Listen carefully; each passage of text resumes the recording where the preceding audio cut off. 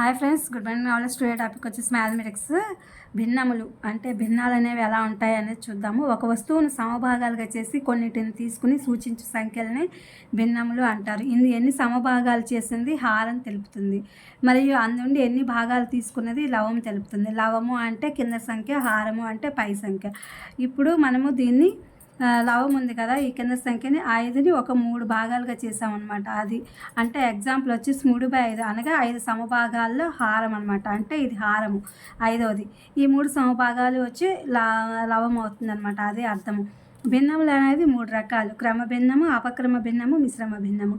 క్రమ భిన్నము అంటే లవము కన్నా హారం పెద్దదిగా ఉన్న భిన్నాన్ని క్రమ భిన్నము అంటారనమాట. ఎగ్జాంపుల్ వచ్చేసి 1/2. అప్పుడు ఇది ఏమైంది, లవము పెద్దదిగా ఉందన్నమాట. ఇది 1/2, 3/5, 10/17. ఇలా ఈ లవం అనేది పెద్దదిగా ఉన్నదాన్ని క్రమభిన్నము అని చెప్పి అంటారు. నెక్స్ట్ వచ్చేసి అక్రమ భిన్నం అంటే లవము తక్కువగా ఉండి హారం ఎక్కువగా ఉంటుంది. ఇక్కడ చూడండి, అంతే కదా, ఈ కింద ఉన్నటువంటి లవం తక్కువగా ఉంది. 2/1, 5/3, 17/10.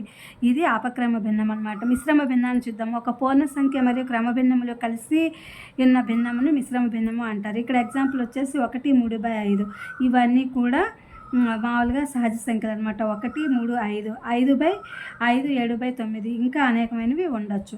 ఒక భిన్నం యొక్క లవహారములను ఒక సంఖ్యచే గుణించిన లేదా భాగించిన ఆ భిన్నం విలువ మారదనమాట. ఎందులో మారదంటే మిశ్రమ భిన్నాల్లో ఆ యొక్క విలువ అనేది భాగించిన గుణించిన మారదని చెప్పి అంటున్నారు.